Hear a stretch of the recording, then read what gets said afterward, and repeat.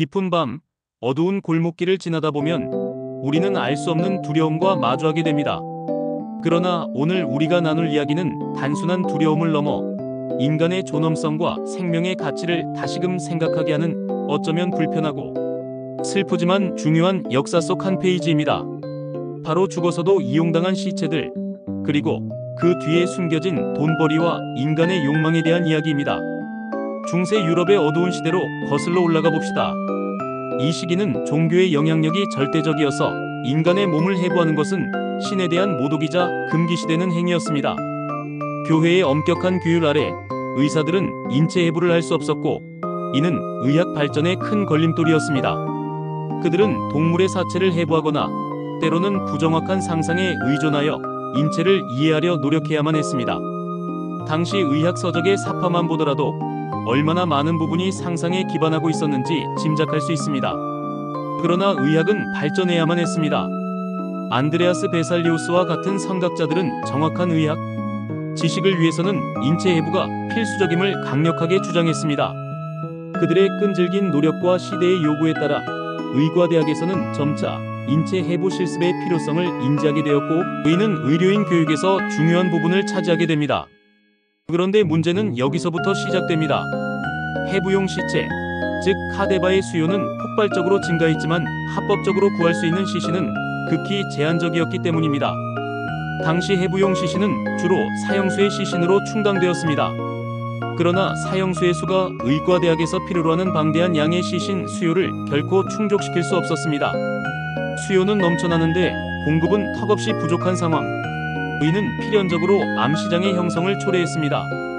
돈의 유혹은 인간의 윤리의식을 쉽게 무너뜨렸습니다. 매장된 지 얼마 되지 않은 시신이 땅속에서 다시 세상 밖으로 끌려나와 의사에게 팔려나가는 끔찍한 일들이 벌어지기 시작했습니다. 놀랍게도 당시에는 매장된 시신이 사유재산으로 인정되지 않았기 때문에 시신 도굴은 엄밀히 말해 범죄로 취급되지 않는 기묘한 시대였습니다. 그저 무덤을 훼손한 것에 대한 경미한 처벌만 있을 뿐이었죠. 이 시체 도굴꾼들은 기이하게도 부활술사 또는 바디 스네처라는 섬뜩한 이름으로 불렸습니다. 그들은 어둠이 내린 밤 공동묘지로 숨어들어 무덤을 파헤치고 간 매장된 시신을 꺼내어 의과대학이나 의사들에게 비싼 값에 팔아넘겼습니다. 그들은 시신을 온전히 가져가기 위해 관을 통째로 훔치거나 관을 부수고 시신만 꺼내 담요에 싸서 달아나는 등 다양한 수법을 사용했습니다. 이러한 시체 도굴은 사회에 큰 충격을 주었습니다. 가족을 잃은 슬픔에 잠겨있는 유족들은 사랑하는 이의 마지막 안식처마저 침범당하는 끔찍한 현실에 분노했습니다. 대중의 반감은 극에 달했고 때로는 폭동으로 번지기도 했습니다. 사람들은 사랑하는 가족의 시신을 지키기 위해 필사적으로 노력했습니다. 무덤 위에 철창을 세우거나 돌벽을 쌓고 심지어 밤새워 무덤 곁을 지키는 보초를 세우기도 했습니다. 그러나 돈벌이에 눈이 먼 도굴꾼들의 탐욕은 쉽게 사라지지 않았습니다. 이 끔찍한 시체 밀매는 1830년대 초 영국에서 절정에 달했습니다. 단순히 시신을 도굴하는 것을 넘어 시체 확보를 목적으로 한 연쇄살인 사건까지 발생하게 된 것입니다. 에든버러에서 활동했던 버크와 헤어 사건은 그 대표적인 예로 이들은 1년 동안 16명을 살해하여 그 시신을 의과대학에 팔아넘겼습니다. 이 사건은 영국 사회에 큰 충격을 주었고 비로소 인간 시체의 권리에 대한 사회적 논의를 촉발하는 계기가 되었습니다. 결국 이러한 비극적인 사건들을 계기로 1832년 영국에서는 해부학법이 제정되었습니다. 이 법은 인간 시체의 권리를 명확히 하고 해부용 시신의 합법적인 공급 경로를 마련함으로써 암시장 거래를 근절하고 비인도적인 시체 도굴과 살인을 막기 위한 강력한 규제를 도입했습니다. 이 법 제정으로 의학 발전에 필요한 시신이 윤리적인 방법으로 공급될 수 있는 기틀이 마련되었고 비로소 시체 밀매라는 어두운 그림자는 역사의 뒤안길로 사라지게 됩니다. 이제 시선을 넓혀 또 다른 비극적인 시체 거래의 현장, 바로 전쟁터로 가봅시다. 중세시대의 전쟁은 참혹함 그 자체였습니다. 현대처럼 인도적인 방식으로 시체를 수습하는 일은 찾아보기 힘들었습니다. 수많은 병사들이 전장에서 목숨을 잃었지만 그들의 시신을 수습하는 사람은 거의 없었습니다. 부상병들은 싸늘한 들판에 방치되어 고통 속에서 죽어가거나 들짐승이나 새들의 먹이가 되는 비참한 운명을 맞이해야 했습니다. 전쟁은 인간성을 말살시키는 가장 잔혹한 행위였고 죽음조차 존중받지 못하는 상황이 비일비재했습니다. 전쟁터에서 시체는 때로는 전리품으로 여겨지기도 했습니다. 승리한 군대는 패배한 병사들의 시신에서 갑옷, 무기, 그리고 그들이 지녔던 모든 귀중품을 약탈했습니다. 이는 개인적인 이득을 위한 약탈 행위이기도 했지만 때로는 지휘관의 재량에 따라 병사들에게 분배되기도 했습니다.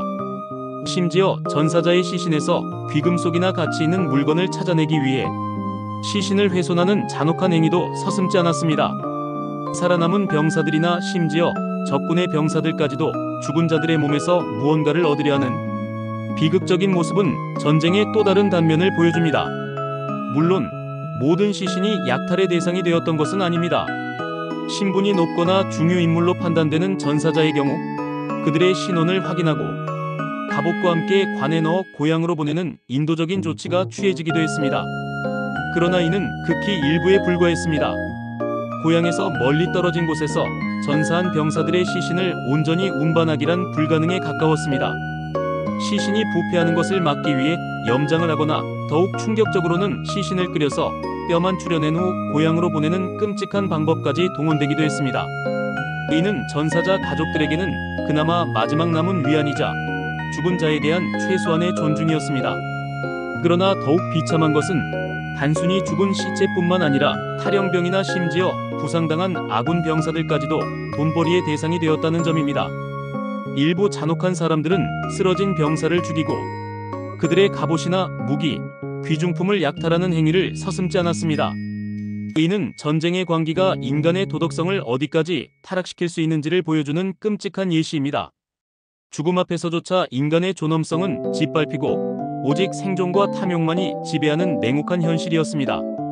이러한 어두운 역사 속에서 우리는 한 가지 질문을 던지게 됩니다. 죽은 자를 이용하는 것이 과연 인간의 본성인가? 아니면 피할 수 없는 시대의 그림자였는가? 중세시대의 시체 밀매는 의학 발전이라는 불가피한 필요성에서 출발했지만 탐욕과 비윤리적인 행위로 얼룩졌습니다. 전쟁터에서의 시체 약탈은 전쟁의 잔혹성과 인간의 이기심이 결합된 비극적인 결과였습니다. 해부학의 역사는 고대 그리스 시대부터 시작되었습니다. 당시 히포크라테스와 같은 의학자들은 인체를 탐구하며 질병의 원인을 찾으려 노력했습니다. 그러나 중세시대에 들어서면서 종교적인 이유로 인체 해부가 제한되는 암흑기를 맞이했습니다. 그럼에도 불구하고 일부 연구자들은 비밀리에 해부를 감행하며 의학 발전을 위한 불씨를 지켜나갔습니다. 그리고 르네상스 시대에 이르러 레오나르도 다빈치와 같은 예술가이자 과학자 안드레아스 베살리우스와 같은 의학자들이 직접 해부를 통해 인체의 신비를 밝혀내면서 해부학은 비약적인 발전을 이루게 됩니다. 이들의 피땀 어린 노력은 오늘날의 정교한 의학 기술의 기반이 되었습니다. 해부학은 죽은 자의 몸을 통해 살아있는 자들의 생명을 구하고 고통을 덜어주는 숭고한 학문으로 거듭난 것입니다. 물론 그 과정에서 수많은 희생과 어두운 역사가 있었음을 우리는 잊어서는 안 될 것입니다. 오늘날 해부용 시신은 카데바라 불리며 대부분 연구 목적으로 자발적으로 기증된 존귀한 존재들입니다. 이들의 희생은 수많은 의학도들이 인체의 신비를 이해하고 미래의 환자들을 치료할 능력을 갖추는 데 결정적인 역할을 합니다. 우리는 이제 해부학적 자세를 통해 인체의 각 부위를 정확히 이해하고 흑사병 의사들의 시대에는 상상조차 할 수 없었던 첨단 의료기술로 생명을 살리고 있습니다. 이 모든 발전은 과거의 어둠을 딛고 일어선 결과이며 그 과정에서 희생된 수많은 익명의 존재들 덕분임을 기억해야 합니다. 죽어서도 이용당했다는 불편한 역사는 우리에게 많은 것을 시사합니다. 의학 발전이라는 숭고한 목표 뒤에 숨겨진 인간의 탐욕, 전쟁이라는 극한 상황에서 드러나는 인간성의 상실, 그리고 그 속에서도 한 줄기 빛처럼 피어난 지식에 대한 열망과 희생정신까지. 우리는 이 역사를 통해 인간의 존엄성이 얼마나 소중한지, 그리고 한 생명의 가치가 죽음 이후에도 얼마나 큰 의미를 가질 수 있는지를 다시금 깨닫게 됩니다. 오늘날 우리가 누리는 의학적 혜택과 인간다운 삶은 과거의 어둡고 슬픈 역사를 거울 삼아 윤리적 성찰을 게을리하지 않을 때 비로소 완성될 수 있을 것입니다. 죽은 자들이 남긴 교훈을 통해 우리는 살아있는 이들의 삶을 더욱 소중히 여기고 모든 생명이 존중받는 세상을 만들어 나가야 할 것입니다. 감사합니다.